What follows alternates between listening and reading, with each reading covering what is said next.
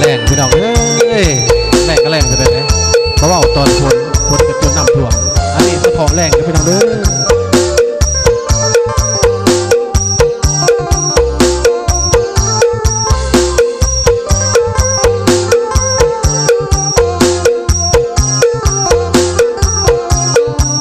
บ้านอายแห้งแล้งกาแห้งแดดเผา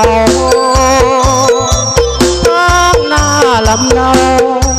สุดสองพอแผ่นจางตาคนบ่อำนวยคนสวยนี่บ้านไกลห่างอายอยู่หน้าทงห้างสุดอ้างว่างโศกสารดินแห้งคอยฝนอายทนคอยแฟนอายสุดห่วงแหนห่วงแฟนที่นี่เคยมาฝ่าส่งคนดีปีหน้าคงมาพบกันปีนี้น้องตัดสัมพันธ์หนีบ้านไปไกลแสนไกลร้อนแดดเผานุ่งยาวบอกคิดตานี้คนดีอยู่ดีสุขสบายอายยอมเข้าแกงอยู่กับหน้าแรงด้วยใจว่าเอ้ยขอให้แบ่งคนไปทั่วเขตแห่งห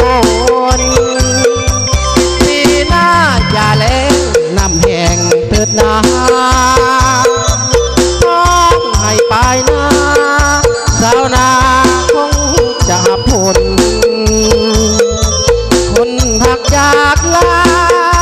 คงมาพร้อมกับหาผู้คนนี่นอใจคนแลงน้ำฝนคนหักแลงใจ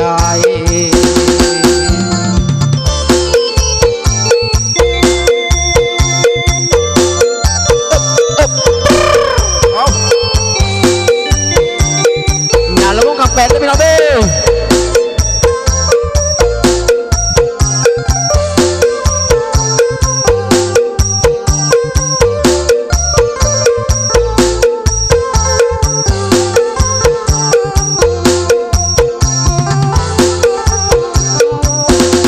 ฮอนแดดเผาดงยาบอกเฮ็ดป่านี้คนดี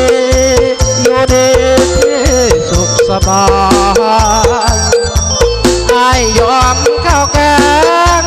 อยู่กับหน้าแรงด้วยใจว่าเอ้ยขอให้แบ่งฝนไปทั่วเขตแห่งหนปีหน้าอย่าแล้งน้ำแห้งเถิดนาท้องให้ตายนาสาวนาคงจะหับคนหักจากลาคงมาพร้อมกับหาผลเมื่อน้องใจคน